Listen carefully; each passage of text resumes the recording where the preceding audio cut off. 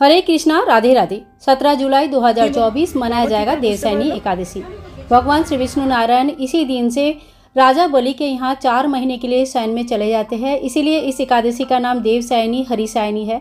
साल की 4 बड़े एकादशियों में से एक है, इसीलिए व्रत करें या ना करें, पूजा हमें जरूर करनी चाहिए। तो चलिए शुरू करती हूँ। सबसे पहले अलग से एक चौकी लगा लीजिए और चौकी के ऊपर पीला कपड़ा हम बिछाएंगे। एकादशी के दिन चावल का व्यवहार नहीं होता है, इसीलिए हम तिल का व्यवहार करेंगे। तिलों का आसन लगाएंगे भगवान श्री विष्णु नारायण, लड्डू गोपाल जी और साथ साथ में भगवान गणेश जी के लिए। अगर आपके पास तिल भी नहीं है तो आप फूलों के आसन लगा सकते हैं। इसके बाद देखिए, भगवान श्री विष्णु नारायण का फोटो, मूर्ति, विग्रह जो भी आपके पास है, जिन स्वरूप का भी आप पूजन करते हैं, उनको विराजमान करेंगे। अगर आपके पास भगवान विष्णु जी के कोई भी फोटो, तस्वीर कुछ भी नहीं है तो आप लड्डू गोपाल जी की पूजन या राधा कृष्ण जी की पूजन भी कर सकते हैं। फिर हमने बढ़िया तरीके से थाल सजा लिया और दीपक की स्थापना कर दिया और दीपक को आह्वान करते हुए आज का पूजा का संकल्प ले लेंगे। संकल्प हाथ में थोड़ी सी फूल लेके आप संकल्प ले लीजिए कि मैंने अपना नाम, गोत्र, कौन सी जगह से आप पूजा कर रहे हैं, आप आज के पूजा करने वाले हैं, इसीलिए आप भगवान विष्णु जी से आशीर्वाद मांग लीजिए ताकि आपकी पूजा संपूर्ण हो। इसके बाद देखिए, हमने एक जो स्नान थाल है उसमें भगवान गणेश जी, भगवान विष्णु जी की स्वरूप छोटे से लड्डू गोपाल जी को बैठाया है। पहले शुद्ध जल से, फिर पंचामृत या कच्चा दूध से और उसके बाद फिर से शुद्ध जल से हम स्नान कराएंगे।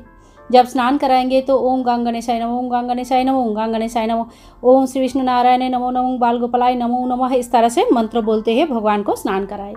3 बार करके स्नान कराए और स्नान होने के बाद कोई साफ टॉवल, जो भगवान जी का टॉवल है, उससे बहुत अच्छी तरह से भगवान को पोंछ के साफ कर लीजिए। ये जो जल है ये आप तुलसी में मत डालिएगा क्योंकि यहाँ पे गणेश जी भी स्नान किए हैं। ठीक है, इसके बाद जो तिल के हमने आसन लगाया था उसमें हम भगवान गणेश जी को विराजमान करेंगे। और लड्डू गोपाल जी के लिए बहुत लोग इस दिन नया पोशाक लेके आते हैं।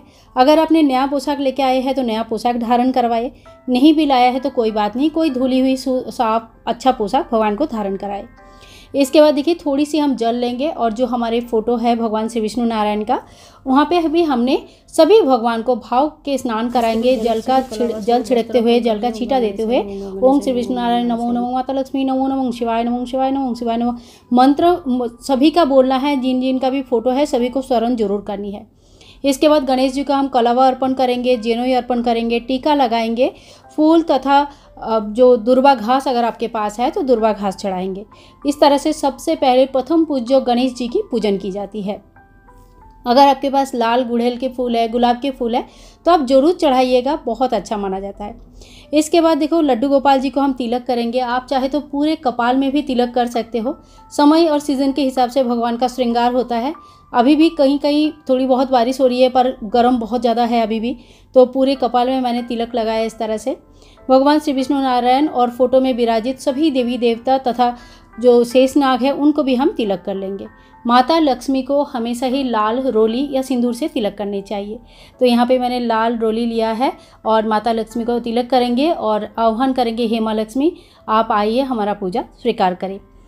इस एकादशी बहुत बड़ी एकादशी होती है। इसी एकादशी के दिन से चातुर्मास शुरू हो जाता है। चातुर्मास के 4 महीने के नियम रहता है। इस नियम के बारे में संपूर्ण जानकारी मैंने दिया है, आप चाहे तो उस वीडियो को एक बार जरूर सुन लीजिएगा, आपके लिए बहुत फ़ायदेमंद होगा। आज के दिन से आप चातुर्मास का नियम ले सकते हैं, छोटे बड़े कोई भी नियम ले सकते हैं। आज के दिन भगवान को तुलसी मंजरी चढ़ाना बहुत ज़्यादा शुभ माना जाता है, तो आप जरूर चढ़ाना और आज ही तोड़ के रखना ताकि कल आपको तुलसी ना तोड़नी पड़े। माता लक्ष्मी को अगर एक लाल फूल चढ़ाते हैं तो बहुत अच्छा है। इसके अलावा आप भगवान श्री विष्णु जी को तुलसी तर चढ़ाइए, तुलसी मंजरी चढ़ाइए, पीला फूल चढ़ाइए। और जो बांसुरी हमने लिया, जो पूजा हम हर एक बड़ी एकादशी में, जन्माष्टमी में जिस बांसुरी की पूजन होती है, उस बांसुरी की पूजन भी आज जरूर कीजिएगा। इसके बाद हम भगवान को धूप और दीप दिखाएंगे और पंचोपचार पूजा में ये 5 चीज़ें, धूप, दीप, नैवेद्य, पुष्प, गंध, ये सारी चीज़ें, गंध में जैसे गंध मतलब क्या होता है, जैसे चंदन हमने लगाया ना तो वही सुगंधी है। ये 5 चीज़ें भगवान को जरूर अर्पण करना चाहिए। इसके बाद ये एक फलाहारी भोग होता है, इसीलिए मैंने आम का भोग लगाया है। गणेश जी को अलग से भोग लगाया है और जल जो है उसमें तुलसी दल डाला हुआ है। तो इस तरह से भगवान को भोग चढ़ाने के बाद थोड़ी सी दक्षिणा अपने तरफ से आप जरूर रखिए। दक्षिणा आप चाहे तो पूजा के बाद एकादशी के दिन भी दान कर सकते हैं, चाहे तो आप द्वादशी के दिन भी दान कर सकते हैं। ठीक है, इसके बाद हाथ में एक फूल ले लीजिएगा।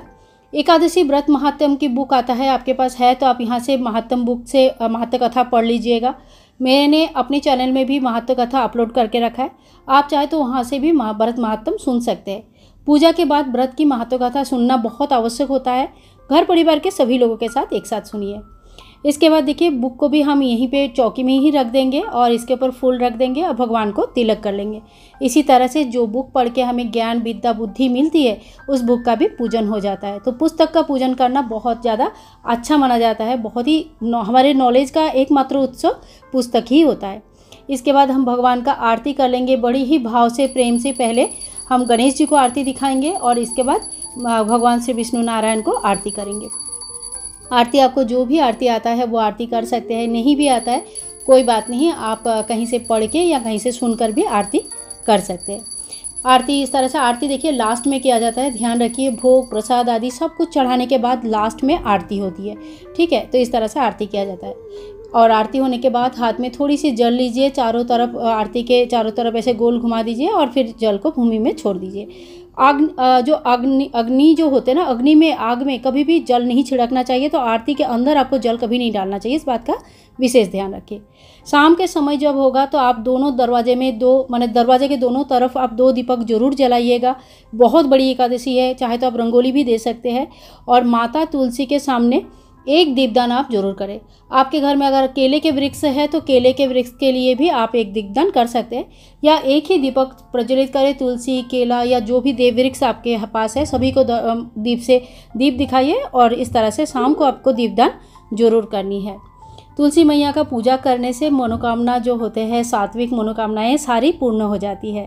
तो देखिए यहाँ पे छोटी सी मेरी तुलसी मैया है, तो यहाँ पे मैंने दीपदान कर दिया, वही मैं आप लोगों को भी अभी दिखा रही हूँ। और इसी तरह से देवशयनी एकादशी की पूजन संपूर्ण होता है। तो आज की वीडियो आप लोगों के लिए कैसा लगा, कैसे हेल्पफुल रहा या नहीं, तो मुझे प्लीज़ कमेंट करके ज़रूर बताना। और अगर आप लोगों को अच्छा लगे तो please like, share and comment, channel को सब्सक्राइब करके रखिएगा। मिलूंगी नेक्स्ट वीडियो में, तब तक के लिए राधे राधे। और हाँ, चतुर्मास का व्रत अगर लेना चाहते हैं तो अपलोड हो गए रखा है वीडियो ऑलरेडी, आप उसको ज़रूर चेक करिएगा। राधे राधे।